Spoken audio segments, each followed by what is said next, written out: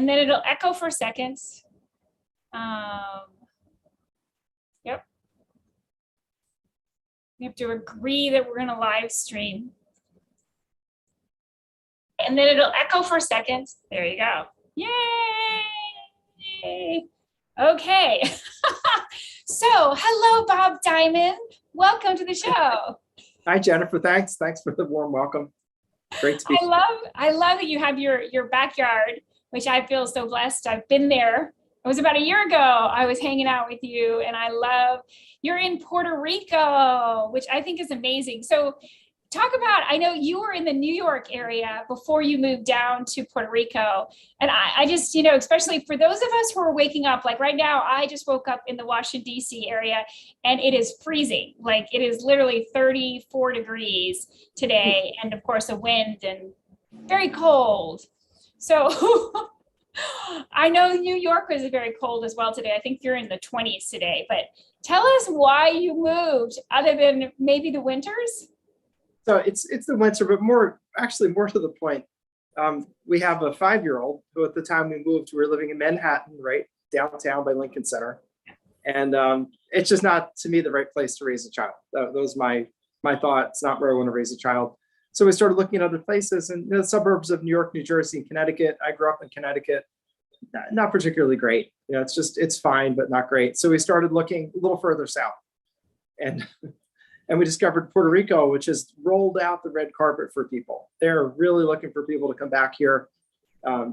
They give you all kinds of incentives to move here, help in starting a business. In real estate, Jennifer, there's some deals where you can get 80% of the cost paid for by the government. 80. Wow. They're really just looking to get people back in the island, and it's spectacular. This is my backyard, and it's looking at it, I realize it looks like one of those fake backgrounds, but it's just my backyard. And it's just fabulous. It's a great place to live, really nice people, and literally Americans moving down here by the tens of thousands. There's actually a housing shortage right now because of the number of people moving. Wow. Well, and I think in a lot of places, like in the Washington, D.C. area, we're seeing a lot of multiple offers on properties. And it's funny because it's starting to slow down in certain price ranges, but not in all price ranges, not for sure. So for anybody who's watching this after, today is November 6th, 2021. And it has been a wild year in real estate for so many reasons. It's been a wild year. But I was going to say, so I'm curious on, for you, I know you also own commercial real estate back in the States, not necessarily in Puerto Rico. I'm curious on what your experience is now that I think I want to use my air quotes on that we're ending the pandemic. What has it been like for you for commercial real estate? Very painful. It's very, very painful. Glad I have another good business to support my commercial real estate. So I own real estate that's office buildings and restaurants, and I've owned a lot of shared office space. And you could just imagine a shared office space and restaurants it's been a rough 2 years for us. And interestingly, another thing that's going on, I own a lot of places in Philadelphia, is we're seeing a lot of break-ins and problems like that. That's causing us, a lot of costs to fix things. And it's just what's going on right now. And I think, I see signs of it straightening out. We still get people asking for office space. At least now we are again getting that. Restaurants back to doing okay again. So I expect this will not capsize. It'll go up. The other interesting thing, Jennifer, is we're in a time of inflation, and traditionally real estate is a hedge against inflation. It's a real asset, hence real estate. It's got its own intrinsic value. It's not a financial asset that can be inflated away. So it should, in an inflationary time, go up in value. And we'll see. And I think though the market is segmented. I mean, you have some places where the top of the market is crumpling. At least that's what I'm hearing. But commercial, we still have people coming through. We have people renting. We have people looking to buy places. One of my places in Philadelphia is for sale, and we have traffic coming through. It's not like residential though, where you put a house in the market and you get 6 offers. It's not that. Right. Well, and even, like I said, that we have multiple offers in the Washington, D.C. area. It's not all of Washington, D.C. that is getting multiple offers, and it's not in all price ranges that we're getting it. I mean, obviously, these crazy ones with 21 offers and things of that nature, it just depends. It depends also. I have seen, at least my experience, because I'm licensed as a real estate agent in Virginia, DC, and Maryland. So weirdly enough, I've had listings in all three jurisdictions over the last couple of months. And it's been such a fascinating thing because they're in all sorts of different price ranges. And then I also have buyers that are going out and looking for things. And the experience has been, it depends. It depends on the area. It depends on the price range. It depends on also, again, I'm going to use my air quotes, if people feel like it's a deal. If they don't feel like they're getting a deal, because I think the spring up here in the Washington, D.C. area was so crazy that people got really discouraged. And they just felt like, well, never mind, I think I'm just going to sit it out for a while. And I'm not interested in moving, no matter how badly I want to move. They just felt like they couldn't get something, and that they were going to just so overpay. And of course, in residential, giving up your home inspection, your financing contingency, giving up all sorts of protections in the contract makes people feel very uncomfortable. And so the fall has been a different story. I mean, not that that hasn't happened, but it depends on the price. It depends on the place. It depends on the location. Still goes back to location, location, location. But now we're seeing that location be very, very different, including one of the things that we've seen in Washington, D.C., and I think New York's probably similar in this way, is that condos are not as popular. And a lot of that has to do with how the condos themselves handled the pandemic, and in so many different ways, from having your food or your groceries delivered. And like some buildings wouldn't let people in the building. You had to leave the groceries on the curb. And then other, or your pizza delivery had to be on the curb. They weren't allowed in the building. Or people going to sell a property and finding with the COVID restrictions, it being very difficult to get access to a property to show it. So it became very difficult to do all of that. So it's been a really interesting story. I don't know what you've seen for New York. Do you know anything about that market? Yeah, so I have places in New York also, and that market is starting to rebound. And the top of the market just got clipped. If I looked at a year ago, it was hard to sell anything. Hard to sell the co-ops. Mostly it's co-ops there, which is the equivalent of condos. Very, very hard to sell last year. But now it's coming back with a vengeance. And I was up there, I guess, 2 weeks ago. And foot traffic is down, but I would say it's down by about a third, not more than that. So there are people out and about. And honestly, I think a lot of people don't take the masking on stuff that seriously. I think people are just either fatigued from it, or they just think that, maybe it's not true, or maybe it's not what's being presented. Because everywhere I go, and I travel a lot, there are people, they don't care if you're wearing a mask. People aren't really hyper about it. Maybe it's because a lot of people are vaccinated. It could be that, but I just observing, whatever's going on, people seem to not be taking it as seriously, like it's, as great a danger to their health. I don't, I'm not going to take any position that here. I know there are people with different feelings about it, but just observationally, people are not, as caring about it. Like, I think people think it's kind of funny when you walk into a restaurant and you have to wear your mask, and then you go sit down and you don't have to wear a mask. Right. Yeah, there's a lot of inconsistencies. I can agree. My observation is, even the way that it's applied and the way people feel about it, it's definitely a hot topic. And it's even for open houses, it's just very different, and it's being applied. And of course, in the DC area, we have three very different, shall we say, government leaderships in each area. And it's just very different the way that all of those are applying to real estate, from open houses to showing houses, whether you're the listing, on the selling side or on the buying side. It's just been a very, very interesting time, to say the least. But go ahead. Just a couple comments for people out there in real estate. I think a couple of things. First of all, the cost to build is going up, and is going to continue to go up because the cost of labor, the cost of materials, even getting materials, very cost of even getting the materials, that makes the existing housing more valuable. That's number one. So if you've got places that you're renovating or you've got places to sell, it's going to be a good time to sell. The other thing is in an inflationary time when wages are going to go up, your real estate will go up in value. And one thing I would say for anyone who's a new investor, the mistake I've seen some new investors make that I would just avoid like the plague is they'll look at places in terrible neighborhoods where on paper it looks amazing. You're like, oh my gosh, I could buy this place and have a $700 a month mortgage and a $1,800 a month rent. In the really bad neighborhoods, that's only on paper. The reality of it is far different. The reality of it is a lot of defaults, a lot of damage to your property, a lot of maintenance just because people damage it that needs to be done, a lot of non-payment, a lot of evictions, and very little appreciation in those kinds of neighborhoods. So I would stick with places that are solid, working class neighborhoods and better. I really would. I wouldn't get lured into the shiny, what's not really gold look. It's like a plated tin instead of actual gold. So well, those. I was gonna say, I would love to also take it to one step further. As you said, I would love to see what your experience has been with the eviction moratoriums, because, I know that affected last year, 2020, as well as, of course, this year, 2021. And now that we're rounding the corner to the end of this, I'm curious, what has your experience been and how did that affect both on all levels, from the commercial real estate to the residential real estate?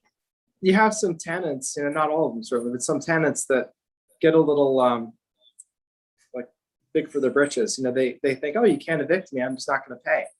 And my thought on that is, yeah, that's been true. And when we'll get around to finally evicting them, what I expect is a damaged unit, and what I expect is that I'll never collect that money. That's what I think is going to happen.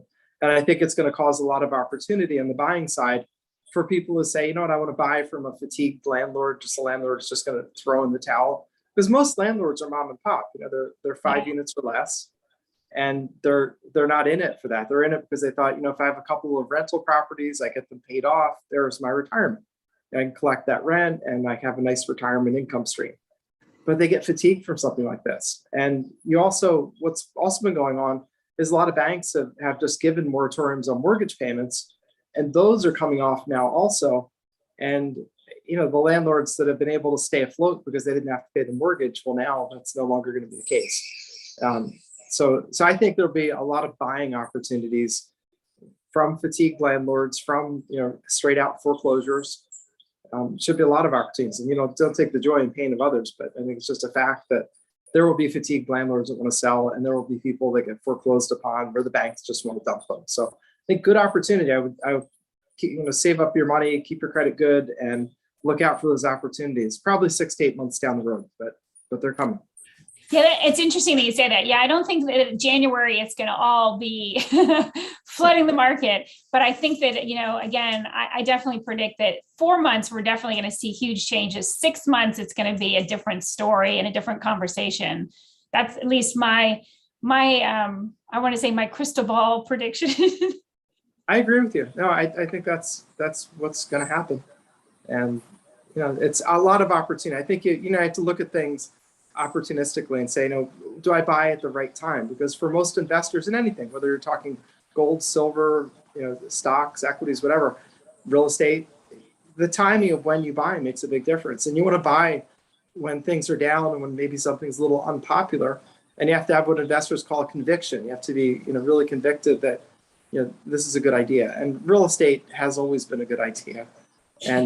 But you want to get in when things are down, not when everybody's buying. And Money Magazine has every story about it's time to real estate invest. You want to do it when other people are running out. And that's what we're going to be looking at. And that's when you can get the owner financing. That's when you can get the good terms. That's the time to do it. And I agree with you, because I think that there are going to be lots of people who are exhausted, and also to take it one step further, because we talked about commercial and residential, but one of the other things that I've seen is the Airbnb, the short-term rental. Of course, when the pandemic hit, I had Airbnb rentals as well, the short term, and it was very interesting the way it was handled by the government, as well as by, the people who actually put the websites up, whether it's Vacations by Owner or Airbnb or whatnot. I think it was very interesting because, as you said before, if you were looking at, let me go into a really bad neighborhood, it's okay because I have these incredible margins. And yet the thing is the reality is, so how many months can you go over and over and over with absolute zero income? And I think that's something that people just, you might have budgeted in your numbers for, 2 or 3 months a year to be vacant, but never long times. And we've seen that now that it can happen. And I mean, who knows what the future holds? What's the chance of another, pandemic, or is this really over, or what's the next thing? So I think people are looking at short-term rentals in a very different way now. But I think the catchword is quality all the time. You want a place where people would actually want to visit, want to live in, want to visit, meaning on a short term. And if that's what's important, and it's always important. And like I said, the newbie makes the mistake of getting out a spreadsheet and thinking, oh, I know it's a bad neighborhood with high crime and dirt on the streets. But you start getting your reviews in VRBO or wherever you are, and all of a sudden it says, I was afraid to go out of the door after dark. You're done. And those places are hard to resell, relatively speaking. Place in a nice neighborhood, really easy to resell. Because again, it's about quality. It's not about, and it doesn't mean that you have to buy the Taj Mahal. It just means a place that people feel safe, place people want to visit, and there you're going to be good in any rental property, whether it's a vacation rental or a long-term rental. I think that's a great principle. It is really about location, but it's about quality in those locations, because again, if you're not in a good location and you don't have a good quality product, whether it's a commercial place, and again, I think the landscape has changed so much on what people want and what they expect out of commercial real estate, as well as what they want and what they expect out of their home. I mean, one of the biggest changes I've seen from people who are selling and buying something else is that now they are like, I think I'm just going to homeschool the kids. Or, it's going back and forth with, I have to homeschool them, now I need to take them home. Now I put them back in school. Now I'm not really sure I agree with whatever new ruling has happened in my county or whatever. And so now they're like, I need to be able to have not only an office and home for me, but for my spouse, my partner, and I need a space for my child to be able to be educated, whether it's by me or my spouse, or, we bring a tutor in. But now I need a very different type of house that I wasn't planning to have to need before. And so I think that that's also changed the landscape of what people are buying out there and what they're interested in. And again, what you said was quality. I think that definition of quality and location has changed. It's really interesting because you're describing a lot of my life. I mean, we have a room that's set aside for my son to learn in. We bring in a teacher. I couldn't see having a preschooler going in with a mask, separated from other kids by a minimum of 6 feet, surrounded in a plexiglass thing. It's like, that doesn't make any sense. He's gonna have a weird first impression of school. So we've been homeschooling, and we have instructors and teachers that come through. We have a space for that. And you're right, I have a home office space. We converted an outbuilding into an office because of that reason. I think you're right. People need more space, and to get space, typically the way to do that is you go further away from the city center. Right. And further away you go, the cheaper that space gets. And the definition, because restaurants aren't, as you have experienced, restaurants are not what they used to be. So it used to be that you wanted location, so you could walk down to your coffee shop or your restaurant. And now that lifestyle has changed so much. And I can tell you, I thought it was really interesting. We had over at SiriusXM, they did a survey because everybody started learning to work from home during the pandemic, during 2020. And so they just did a survey, and it was amazing. Everyone, I think it was, they said it was over 90% of the people who are employed with SiriusXM said they would prefer to just stay at home and, work from a home studio rather than go into, and of course, like from our studios, Manhattan, Washington, DC, LA, it's just, you're talking about crazy traffic. And so now again, your car choice is different because your house choice and your house location is so different because your work and your school has completely changed over the last 2 years. That's really interesting. Yeah, we have 2 cars, and the second car, like, I take it out about once a month just so that it drives once a month, literally. That's the only reason I take it out. And it's interesting. I think that it is changing. And if we were going to buy cars again, I don't know that we would buy a second car, especially when you can just do Uber. Yeah. For the occasional time that you need it. And that's actually exactly for me as well. I actually had 2 cars, and I just went ahead and gave one of them back, and I didn't replace it. And now I'm like, why do I need 2 cars? I don't need 2 cars. And I think that, again, their housing needs, all of it is just changing in such a way that it's impacting real estate on all the different levels, from residential to commercial and then all the different uses that we have for real estate. Again, will you have just shared space? Will things be much more virtual? All of that is it's changing. And again, I think it's very different from the city locations in DC, we've had this enormous amount of people that have sold whatever they owned in the DC area, and they've moved out to the beach, whether it's Delaware or the Maryland beaches. They're just like, I'm going to work virtually. And again, the same thing with like big mortgage companies, banks. So many of them have the majority of their workforce is all virtual now. And so now they could actually move to Puerto Rico, where you are, and work because they don't have to go into an office anymore. And you wouldn't believe if I told you what happened here. Like, essentially, the housing where I live tripled. Right? It's 3.5 times up from when you were here. Wow, that was a year ago, November of last year. Yeah. And to get a house to live in or rent is a blood sport. It's just the only offers that go through are all cash offers where you can show you have all the cash. It's crazy. And wow. Just, people are you're right. People are heading to places they wouldn't have otherwise headed. And, I would say for someone doing real estate investing, what you want to look at is a couple of things. First, because I know this is real estate basics, so I'll just give you some basics from my point of view. I would look for places that are not super heavy renovations. I think that the renovation game is a difficult game. You'll always get surprises. And, right now, supplies can be hard to get, labor can be hard to get, and things can drag on.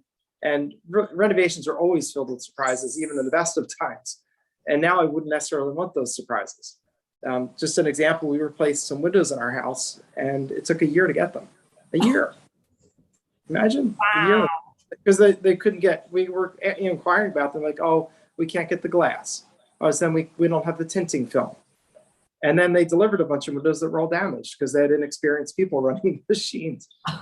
And so just complete nuttiness. So I would say for a new investor, I would go for lighter renovations rather than heavy. That'd be one aspect of it. I would also look for a quality neighborhood. By quality, I do not mean that you have to buy only in Beverly Hills. What I mean is that you buy places where people can feel safe, where there's access to amenities like hospitals. Hospitals are great because they have a lot of employees too who like to walk to work sometimes. Transportation centers, easy to get in and out, and mostly a safe feeling. A place where you can go. If you visit at night, you don't feel like you need to come with a guard dog and an escort. You want it to be where you feel safe and comfortable, because that's where you'll get the best tenants, people who want a place where they'll feel safe and comfortable. You don't have to build the Taj Mahal as a rental. It should be clean and nice, but it doesn't have to be the Taj Mahal. It doesn't need $500 light fixtures. It just needs good light. Yep. And Home Depot can certainly supply some good, inexpensive lighting. So I think those are the real estate basics. And I'd also just keep in mind your numbers. So just a couple of rules of thumb I'll give you. That if your if your annual rent is about 5% of your purchase price, you're probably fine. That's one metric I use.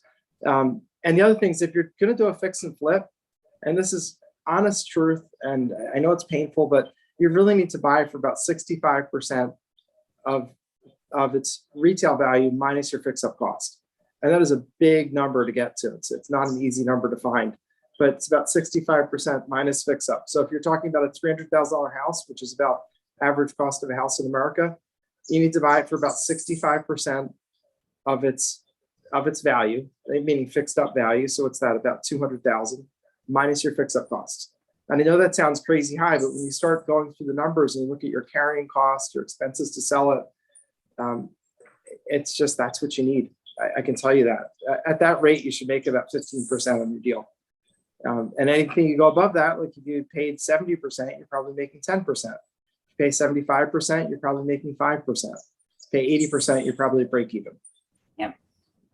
And that's also a mistake that new investors will make. They'll be like, well, they'll tell me later, they're like, oh, I knew, it was more than the numbers you talked about, but, I just wanted to get a place. I just wanted to do a deal.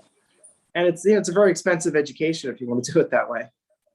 But it takes, spend your time shopping for the bargain, plan on looking at 100 houses before you buy one. That's a unfortunate metric, but that is the way it is. And if you do that, you'll make great money and have a great business.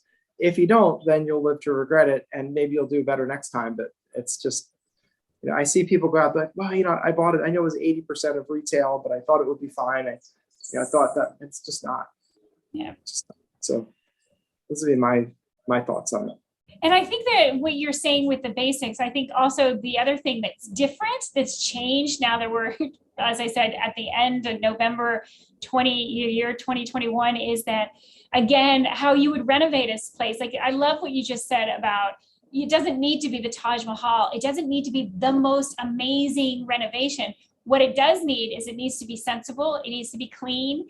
And the spaces really need to be functional when you renovate a place. Again, like what we just talked about earlier, and the fact that you may need to have, especially if it's a couple, if you're going to rent to a couple and maybe they have, a one child, you need a place that they can actually not just study, but if they need a tutor or if they're going to be homeschooled, they need, I hate to say, but like their classroom. Where is their space for their classroom? And then if there's two working adults in the house, where are they? What if they both need to be on a Zoom call or some kind of, work call at the same time? You can't just have one office or one. So the spaces need to be functional, like they've never, like granite countertops and stainless steel appliances are not anywhere near as important as they were years ago. Now it's much more about the space, how the space is being used, and is it very functional?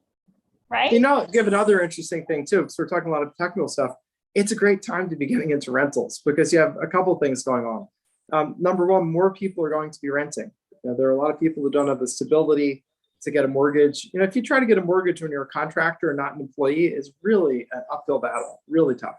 So you're going to have a lot of people who are not going to buy, they're going to rent. And you also have a difference in psychology. Today, the thought of, renting things that you need when you need them, anything from at the top end, private jets that you can have Uber-like services for private jets, which they have, to an Uber car. It's not unusual to think about, renting things instead of owning them. Right. And I think that's a different mindset. And the younger generation even has more of that mindset.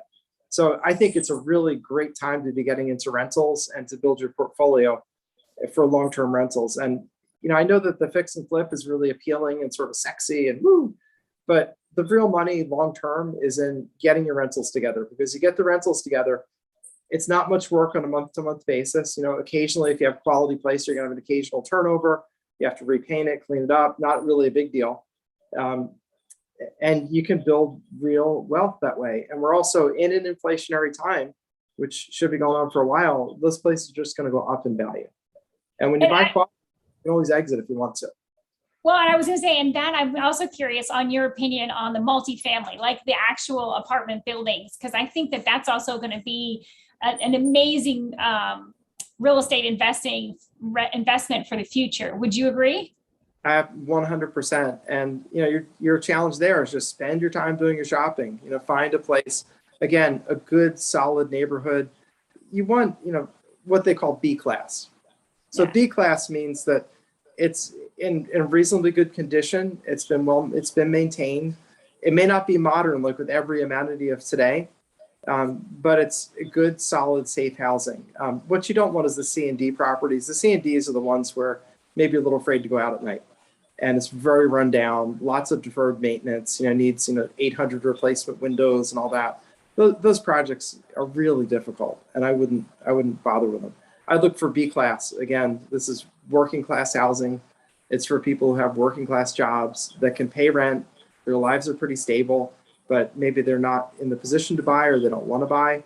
That's the market to serve. And just if you can get your hands on those, get your hands on as many units as you can. And the bigger, the better. I know that may seem odd, but when you get above a certain size, like when you get, say, 100 units or larger, it can pay to have professional management. You don't have to deal with the midnight call about a clogged toilet because you've got a full-time maintenance guy that's there on property, and he or she can just go over and fix it. So the bigger, the better. I know that's a big, sort of big thing to swallow, but there are good people that teach about those things and that teach about how to do that kind of investing. I would invest in some education. You can look online and see who some of the better and more reputable people are. And look, believe it or not, it's more possible than you think for a regular person to get 100 or 200 or 300 unit building, because it really goes on the math of the building, not on your credit. Those are not personal loans; those are business loans. So not typically personal liability. And when the deal makes sense, you can make the deal happen. And like I said, get the training from someone who's good. There are lots of those people available. You can see them online pretty easily. A couple of YouTube searches will start zooming in on people, and get that education and then do that. That is great advice. I love that, because I really think multifamily, I like what you just said about the B, I think is also really important, understanding B class versus A or C or D or anything. I owned a C class multifamily that was a couple hundred units in Atlanta. And I went in with obviously partners. I didn't do it all by myself, but enough to realize that C is not a good option. I started there too. I had a C minus, and it was just one thing after another. I mean, just people have a lot of times personality problems, social problems, disorder in their lives, and they damage your building. This is the problem, and they don't pay rent all the time. So the numbers look great, but they're not. And it's, again, educate yourself, learn about the difference between A, B, C, D. A, by the way, is the ones that were just built, super high end, super expensive. Right. They're not really, they're not good investments for regular people. They're investments for hedge funds that have a capital cost of zero, basically. That's more who it's good for, and they can leverage the heck out of it. It's not for regular investors. Regular investors would be, but you can make a lot of money, make a fortune with those things, and really great business. And Jennifer, some people will listen and some people won't. And if people don't listen, someday they'll think, I remember when Jennifer was saying not to buy those C buildings or D buildings, but it looks so good on paper. It looked so good. I mean, it was like what you started with, just residential houses, single family houses. And you just look at them and you think, oh my gosh, the numbers look so great. But then what if you can't get a tenant, or you get a tenant who doesn't pay, and then there's an eviction moratorium?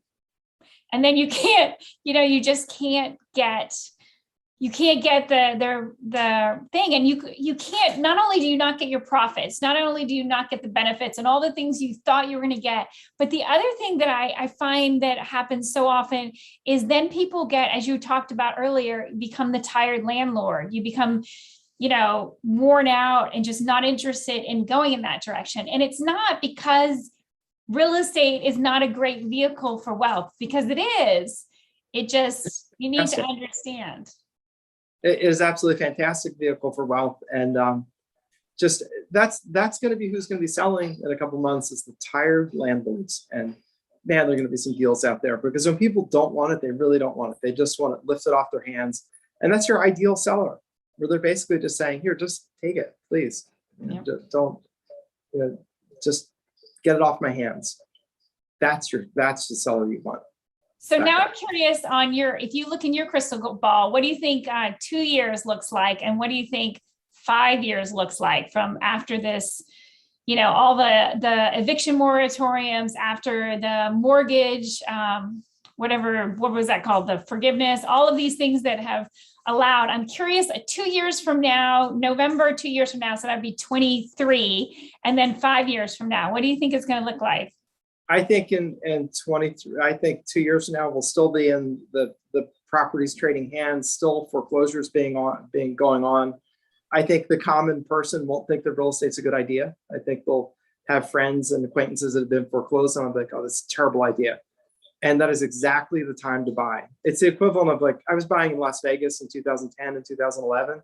I was buying rental properties that rent for $1,300 a month. I was buying them for $70,000, all inclusive, like including all the fix up needed. And these are properties that have been $275,000, but no, there was no one in the market. I could go and look at 20 houses in a day and buy 7 good ones. So that's what I used to do.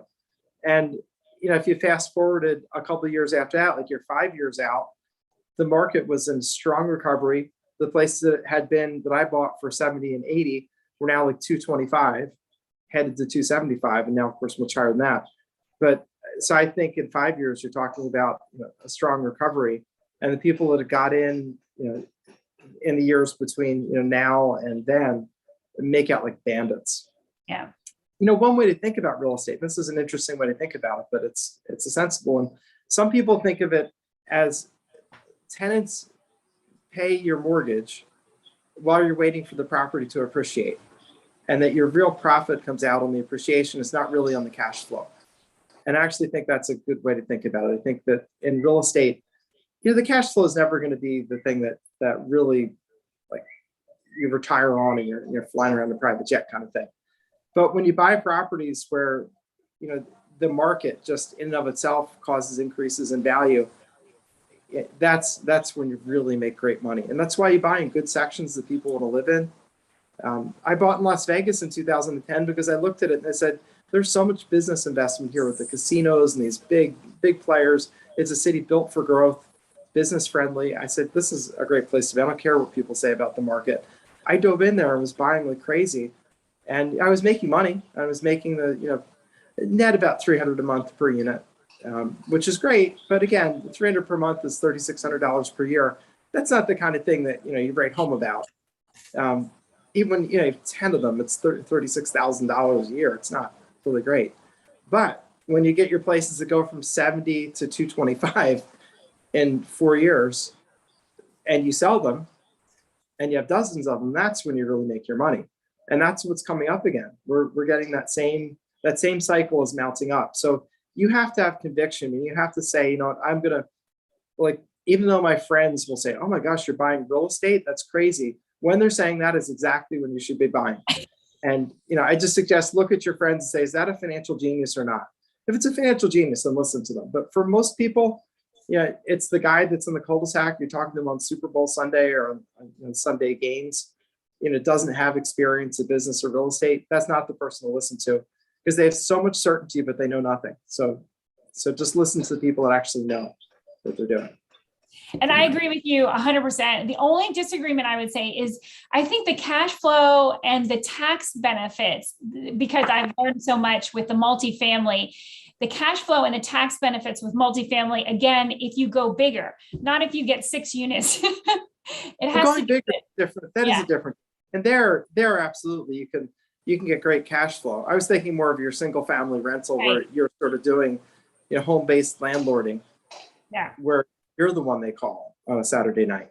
Right. But if you talk about those 1, 2, 3, 400 unit projects, that's different. Those things, I agree with you. The cash flow can be fantastic. The leverage on your time can be great because you're not spending a lot of time on it. And most importantly, you don't get those late night calls. And they also have enough, volume that if someone leaves, it doesn't mean you have no income. It means that, if it's 100, it means you have 1/100th less income if someone leaves. So not really a big deal one way or the other. So I think those are proper cash flow properties for sure. And there you can always, a lot of landlords that I know will get those buildings, they go up in value and they don't sell them. They just take a loan out against them, which is tax-free money. And that's a little controversial right now, where you get people like Mark Zuckerberg and really wealthy people who actually don't really take any salary and don't end up paying any taxes. You say, well, how does this guy make a couple $1 billion a year and pay no taxes? The answer is that they just take loans against their stock portfolio, and loans are not taxable. And then they pay the taxes, or they sometimes only repay the loans. They just keep refinancing them out of their assets. and they never pay any taxes ever. Yeah. And you could do the same thing, maybe, I don't feel like I'm going to be the founder of the next Facebook. I don't think that's my thing. But what I can do is buy, big apartment buildings. And again, to do this, it's a matter of just educating yourself. Just look for a reputable educator, go start to learn, and then learn before you move. But yes, you can actually make money and pay no taxes at all. And you're right, Jennifer, the depreciation, even for a regular landlord, is just such a gift. Yeah. Depreciation, for the translation for folks out here, the government pretends that you lost money on your property every year, even though you may have made cash. And unless you sell, you don't pay any of that back. So it's pretty good. And if you die, you pay none of it back, and neither do your heirs. I was going to say the tax benefits. I know you're an attorney and I'm a licensed real estate agent. We're not tax experts, but I can tell you the tax benefits, I know because of what I've enjoyed, they are amazing. And as you said, find an educator who can help you with multifamily, find a tax specialist who can help you understand it. But I love the way you just put it in very plain terms. So yes, tax benefits. Good gig. It's a good gig. And you can get in on the tax theories of the rich and famous. And it's as simple as buying and holding real estate, which is another difference between fix and flip and rentals, because fix and flip is regular taxation. You just taxed at regular rates, whatever 38% or whatever rate your particular federal rate is, but certainly in the 30s. And then if you have state tax, you pay that on top of it. So, that's a big hit on your profits. If you're going to give away 30 to 40% of your profits just based on that, that's a big hit. So the smart game is in the rentals. And the smart game is scale it up so that you don't have to take the call at midnight. And the root of that, just to lay it plain, the root to that is get educated. And you'll see what's possible, and it'll knock your socks off what's actually possible. Even for a regular person, owning 100, 200, 300 units may seem overwhelming, but when you have a system and you have a process, it's actually not. I was going to say, those are key, a system, a process, and a team, right? Yes, a good team. And things, when you have bigger units, there are teams available that are literally turnkey, professional property managers that have plumbers, have electricians, have relationships, have supplies in a warehouse, and they have accounting teams do the accounting. They're out there, but they're looking for the person that owns a 100-unit building. That's why you want to head in that direction. So. Yeah, I think that you're so right. And I love that you put it like in that very simple way of knowing that, number one, you just need to be educated. Number two, you need a really good system and you need a really good team. And with those things, and again, you need the education. You have to really understand it before you go ahead and put your money into it. Because if you don't understand it, it can, again, how do we end up with so many tired landlords and people who give up on real estate investing? Is because they didn't find out all the information they needed, including, I hate to say, worst case scenarios. And I know you've got some good stories. You always have some great stories. Can you share a story of a worst case scenario as far as getting into real estate investing? I would say my latest worst case scenario, well, I'll give you two of them. So I'll give you a new one, which is actually a different one. So early in my career, I bought some crappy, terrible C-class buildings, and these are just single families, and they looked great on paper. I was at a tax sale and I bought a place for like $2,000. It was great. Wow. Yeah. And it was a house, and not a nice little neighborhood, but it was a $70,000 house, and looked pretty nice from the outside. And so I knocked on the door and talked to the occupant, and she was a tenant. And I noticed while I was there, I was getting a little itchy. And so my first problem with the building is it's absolutely full of fleas. I mean, I just never got bitten by more fleas in my life. Ooh. And so this woman was, really just desperate. She had no money. She wasn't paying any rent, and she wanted to stay there. So I said, well, look, you got to get yourself together here, because I can't be your free landlord. So she, of course, didn't pay. So I go down to the local district justice, which is the eviction court. And she then pulls out the thing. She says, I'm pregnant. And so literally the district justice says, well, I guess you'll have to stay there. And he let her stay there for free until 3 months after she gave birth, she was only 3 months pregnant when I ran into this situation. I'm like, I didn't know that because my tenant was pregnant, I became the free landlord. I don't want to sound mean, but honestly, it was crazy. But he was elected district justice, and he just didn't care. So I was stuck with that. Finally, when she moved out, her boyfriend or whoever it was just did tremendous amount of damage to the property. Tore up the toilets, holes through the walls, just left the sinks overflowing, so damaged the floors with that, and just clogged up the sinks and left the water running. And so I had literally like $30,000 worth of damage to the property. And that was, a lot of that was covered by insurance, but still, by the time I got out of this deal, it was like 2 years later. And it just, I made a little bit of money, but it wasn't worthwhile. And so that was that. And, that was a horror show. And that was one of the times that I learned, just stay out of the really, really low end neighborhoods, because it's just not fruitful. And I had another place that I bought, also a tax sale. And that place, I went down there to go look at the property, and there were just groups of guys standing on all the corners doing nothing. And I'm like, oh, this is not good. And so I get out of my car, and literally 3 of them started running towards my car. And I'm like, I don't know what that is, but I got to get out of here. So I hopped back in the car, started, and ran off. And I was like, this is not the place to be. So I headed out. So those are the horror stories, but also, plenty of successes. I had places that, like, I'll give you an example of success in the B-class neighborhood. I bought an apartment building in University City of Philadelphia, which is sort of metro to University of Pennsylvania. And, this is good, solid B-class housing. It is a rental property, so it's priced that way. And it was priced at, what did I buy it for? I bought it for 50,000 unit. It was 12 units, so it's like $600,000 purchase price. I then just converted to condos, which is kind of something you do on paper, just with zoning, and sold everything for $2.5 million, because I sold each unit individually. Wow. And that was a win. Yeah. And that was my B-class, B-class property.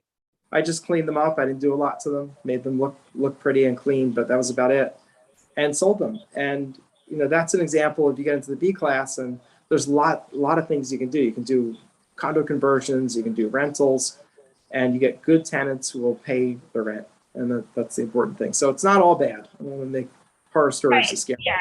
Well, I always want to do the horror stories just so that you again, people get so excited. And then I realize, oh my gosh, people don't talk about the bad stuff. I want to talk about the bad stuff as well. Although, I'm always looking for the silver lining. And I love that you talked about condo conversions, because that would probably be, if I had a little crystal ball, that would be one of my crystal ball predictions, is that we're going to see a years, and I don't know if it'll be 2 years or 5 years, of just people renting and renting and renting until they get through whatever the repercussions are of the pandemic, of not paying rent, of not paying mortgages, of the eviction moratoriums, of all this that has kind of been the last 2 years. I think that we're going to see a lot of people rent as they reevaluate their jobs, their lifestyles. I think so many people are just reinventing themselves now and choosing a different lifestyle, a different job, a different educational system, and just so many things are changing. So I think a lot of people will rent because they don't want to be tied down to something right away. But then I think the next prediction is condo conversion of those apartment buildings, because like right now in DC, you're seeing it everywhere. It's rental building, rental building, rental building. It's not condos, because condos are not very popular right now. And I don't know when they're going to be super popular again.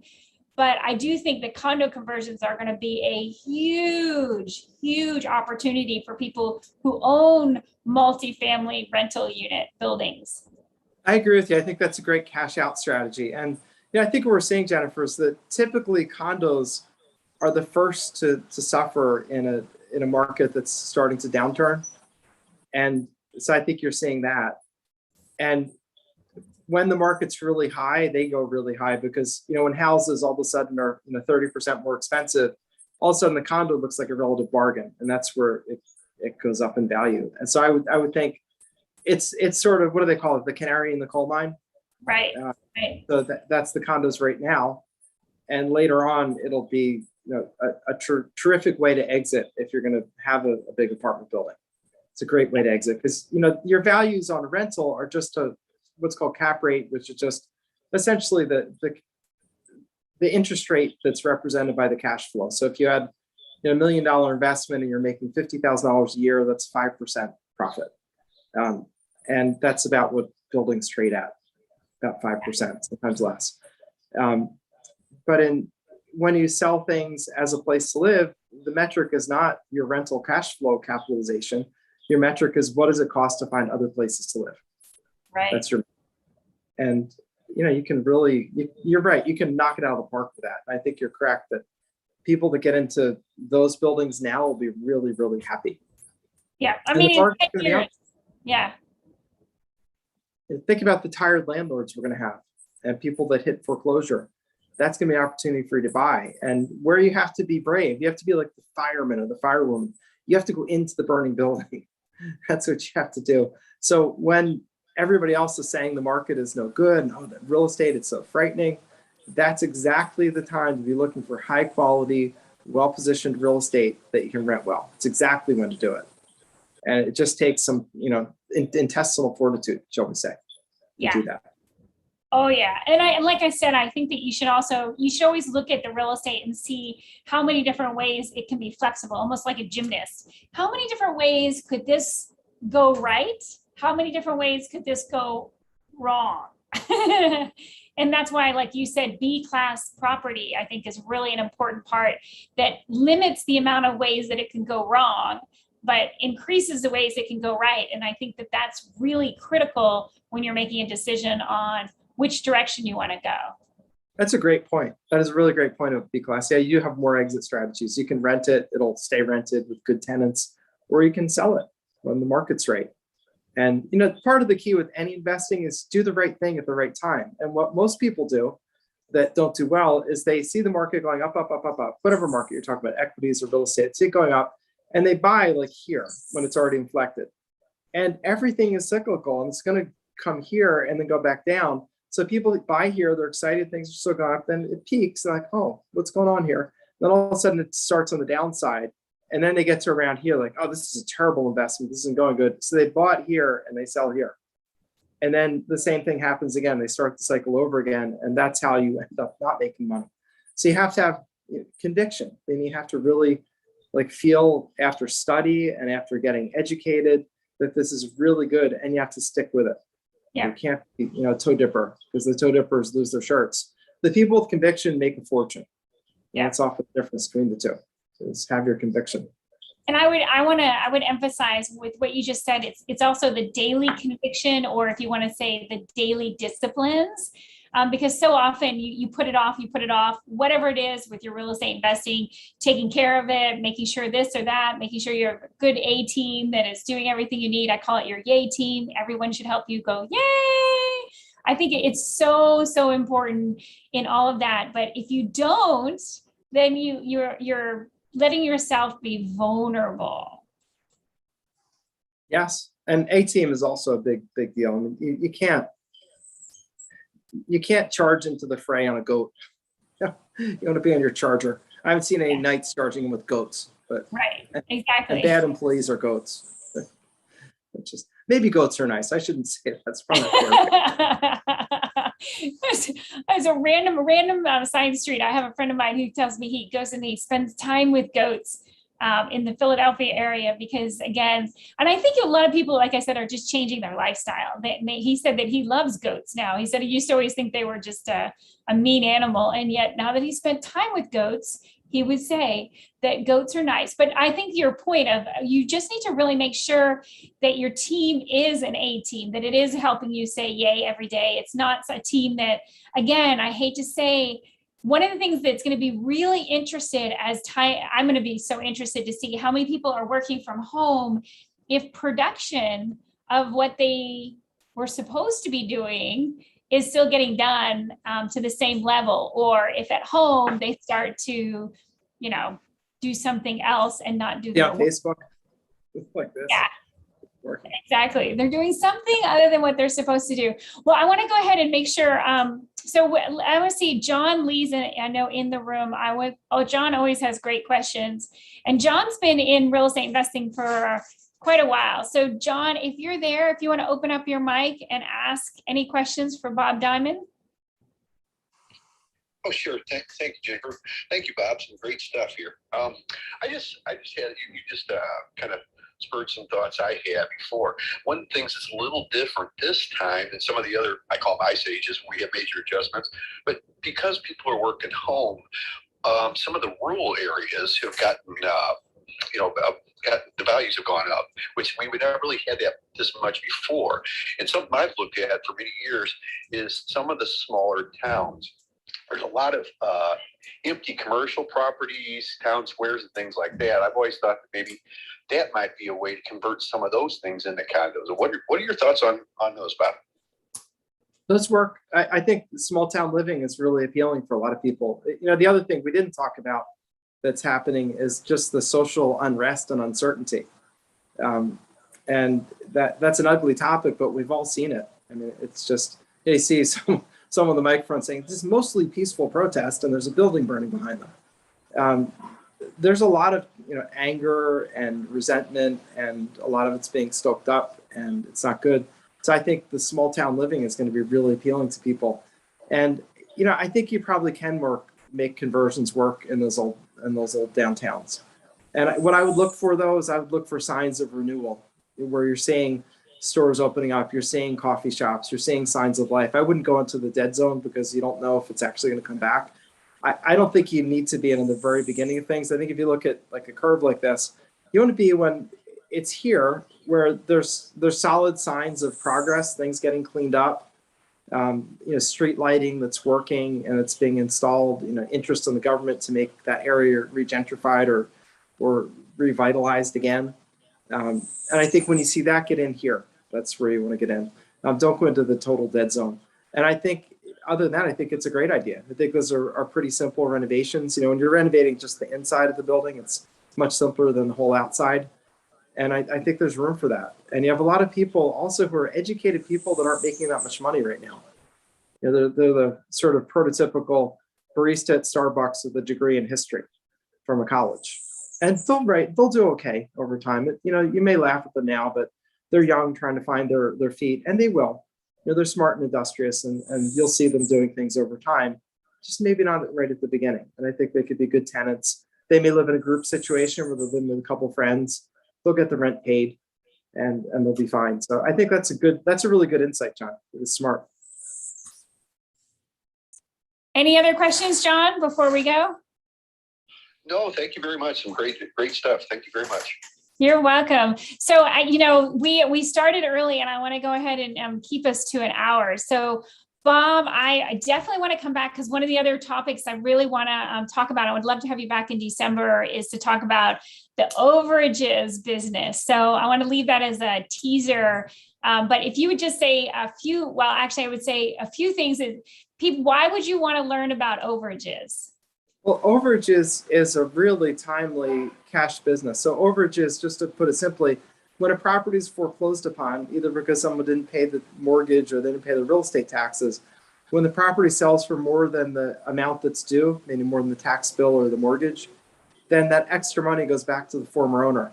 And it's a business that's normally really great, but in a time when there are a lot of foreclosures, it becomes stellar. And we've also had increase in value in properties of, when I read the Federal Reserve's numbers, $52,000 per housing unit on average. And when that happens, when houses go up in value, they sell for a lot more at the foreclosure auctions. Usually foreclosure auctions, they're somewhere around 75% of retail is what they go for. So when the retail price goes up, the overage goes up. And so what we do is we reach out to the people, tell them, hey, we could help you get some money back for a percentage. And we go and get the money for a percentage. A typical deal, $30,000 to $40,000 is what we're recovering. And typically we're taking about a third of that. Sometimes a little more, sometimes a little less, but about a third. So each deal you figure is about a $10,000 deal is a good safe number. And probably 8 or 10 hours worth of work in total. So easy, clean work, no renovations, just a flat out cash business. I like it for what we're going into also. We have some uncertainty. I think foreclosures are certain, but we have certain uncertainty in other things. This is a home-based business. I do it from here in Puerto Rico. I have staff all over the United States, from California to Florida to Pennsylvania and everywhere in between. And it's really a great business. And it doesn't take much money. You're not buying the claims, so you're not putting out a lot of money. but you can make a lot of money. So I like it where you don't have to put out money, but you make money. And the other thing that's really great, at least for me personally, is you're really helping people that desperately need it. Because these people will not know about the money. They're not going to get the money back without you because they literally won't even know about it. And the thought for them of having lost their house and then fighting with the government to get their money back, probably not something they're going to tackle. But Yeah. you can.